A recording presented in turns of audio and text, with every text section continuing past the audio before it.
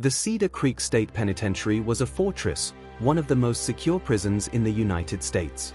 Its towering stone walls were designed to keep the most dangerous criminals confined and its surveillance systems state-of-the-art. But no matter how much they fortified it, Cedar Creek couldn't shield itself from the quiet whispers that seeped through its cracks. It was here, behind the high fences and iron bars, that a criminal mastermind would do what no one thought possible: escape. The prison had always been known for its strict regimen, especially under the watch of Warden Helen Rodriguez, a woman whose reputation for being unyielding had earned her the nickname Iron Hand. Her leadership had managed to keep Cedar Creek free of major incidents for the past 5 years. Under her watch, the inmates had fallen into a rhythm, one that made the prison feel almost like a machine, running seamlessly without incident. But even machines have flaws. The cold December winds in Michigan howled through the cracks of Cedar Creek, rattling windows, and shaking the very foundation of the prison as snowflakes danced across the horizon. On the night of December 22, 1999, the snowstorm seemed to mirror the chaos that would soon unfold within the walls of Cedar Creek. If you want to uncover every detail of this chilling escape, make sure to subscribe now, so you never miss a moment of this unraveling mystery. And if you're already hooked, give this video a like to show your support for deep dives into true crime secrets. Luke Hunter sat in his cell, staring at the wall. His 30-year sentence for armed robbery and kidnapping had passed in what felt like an endless haze. On the surface, he seemed just like any other inmate, quiet, compliant, a model prisoner. But there was something different about him. He wasn't just another hardened criminal. There was a sharpness in his eyes, a flicker of intelligence that set him apart. He was a man who had learned the hard way that the system could be manipulated, a man who had mastered the art of survival and deception. Luke had been in and out of prison since he was a teenager, but this time, something was different. He had spent years studying escape methods, learning from his past mistakes, and observing everything around him. His time in Cedar Creek wasn't spent solely on watching television or working out. It was spent with a single goal in mind: freedom. In the dim light of his cell, Luke's hands were steady as he worked. He had been preparing for this moment for months. His plans were meticulous, precise, and hidden under the guise of a compliant, well-behaved prisoner. He spent hours reading books on security systems, tunneling, and survival tactics. He even managed to gain the trust of the guards, never raising suspicion, always keeping a low profile. They thought he was harmless, just another inmate biding his time. But as December settled in, Warden Rodriguez had started noticing something strange. Luke's behavior had shifted suddenly. He would disappear into the corners of the prison, sometimes wandering near maintenance areas, other times lingering by the supply closets. He never acted overtly suspicious, but there was a tension in the air. Rodriguez couldn't quite put her finger on it, but the nagging feeling in her gut told her that Luke Hunter wasn't just a prisoner, he was a threat. On the surface, Luke's behavior had not raised any significant red flags. His record was spotless, he followed the rules, and his work in the prison's industrial area gave him an air of legitimacy. However, Warden Rodriguez's instincts told her that something was off. She decided to take a closer look at Luke, paying special attention to his interactions with fellow inmates. As the days passed, she began to notice something subtle. Luke was always looking at things from different angles. He would never simply glance at an object, he would study it. The way he would fixate on the security cameras, the way his eyes would shift when guards passed, all felt deliberate, calculated. But what disturbed her most was his behavior when no one was around. Late at night, when the sounds of the prison were silent, Luke would slip into the darkest corners of his cell, fiddling with something behind his bed. Rodriguez's suspicions grew, but she had no concrete evidence to act on. She knew that a well-placed tip or even a wrong word spoken by an inmate could turn the tide, but no one was talking. Then came the storm. A brutal snowstorm had rolled in, battering the prison with wind gusts of up to 60 miles per hour. Visibility outside was near zero. The guards on duty were stretched thin, trying to monitor the prison's perimeter while ensuring the safety of the inmates during the storm. This would be the perfect cover for anyone attempting to escape. That night, as the clock struck 11:12 p.m., the prison's electricity flickered, an anomaly that would prove to be the first sign of something much more sinister.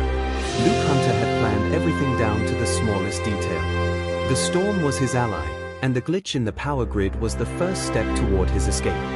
If you think this escape is already unbelievable, wait until you see what happens next. Don't forget to hit the like button if you have not done so, and if you've got theories or questions, drop them in the comments below. Your ideas could be part of cracking this case wide open. Luke and his carefully chosen accomplices, Max Sullivan, a convicted murderer, and Tommy Bates, a career thief, had been working on their plan for months. They had spent the last few weeks preparing their escape route, a complex tunnel system that led beneath the prison's walls, a series of maintenance tunnels long forgotten by the prison staff. At 11:12 p.m., the power cut out for a mere 5 seconds. That was all it took. The guards stationed in the main control room scrambled to restore power, unaware that Luke's plan was already in motion. Within seconds, Luke and his crew were moving swiftly through the corridors, avoiding cameras and guards. They had rehearsed this escape for weeks. The tunnel they had dug was far from perfect. It was crude, cramped, and perilous. But it was their only chance.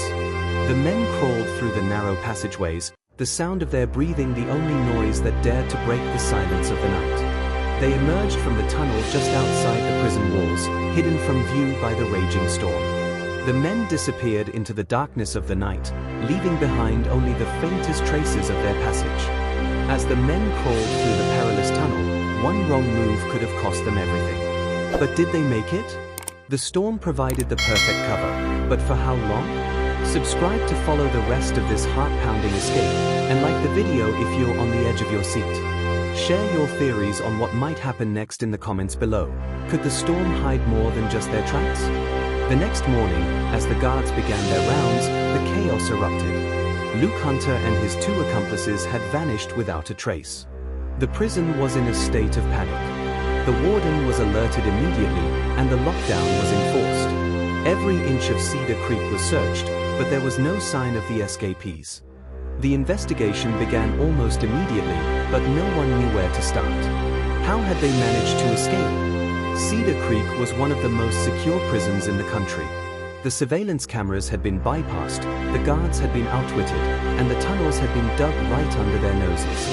How had no one seen it coming? Investigators began to piece together what little evidence they had.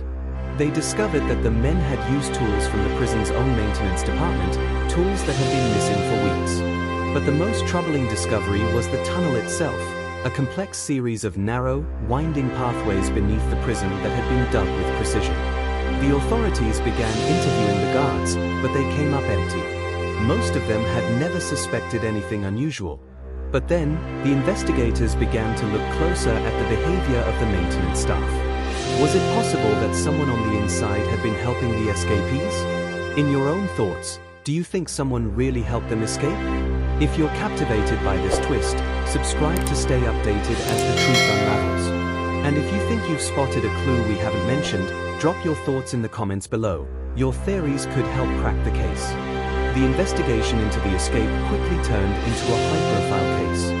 The FBI was called in to assist, and the search for the escapees intensified. But as the weeks passed, it became clear that there were more questions than answers. How had Luke Hunter and his accomplices gotten their hands on the tools to dig the tunnel? Had someone helped them from the inside? Interviews with the prison staff yielded no useful leads. The guards on duty that night had no recollection of any suspicious behavior from Luke or the other escapees. But then, a breakthrough came from a source that no one had expected, the prisoners themselves. An inmate named Danny Mitchell, serving time for armed robbery, came forward with startling information. Danny had been housed in the same block as Luke and had often overheard him talking about escape plans. At first, Danny thought it was just idle chatter. Every prisoner fantasized about escaping, after all. But after hearing Luke speak about the tunnels and how to bypass the prison's security systems, Danny became suspicious. However, when Danny tried to inform a guard, he was ignored. The prison's management was too confident in their system to consider the possibility of an escape. Now, Danny's information was the missing piece of the puzzle.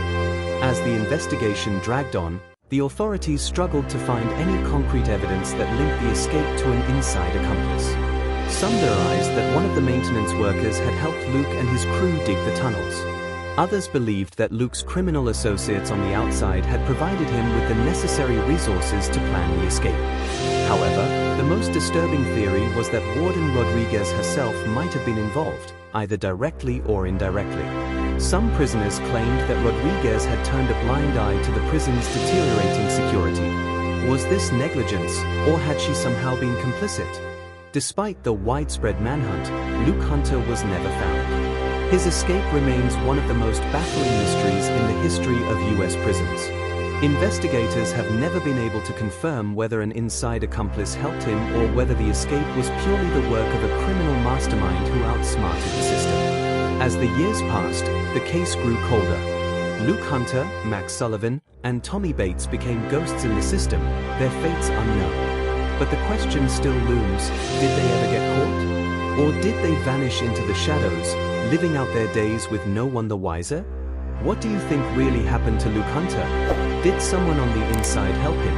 Or was this an escape carried out purely by his ingenuity? Let us know your thoughts in the comments below. And don't forget to like, share, and subscribe for more deep dives into unsolved mysteries and true crime stories that leave you on the edge of your seat.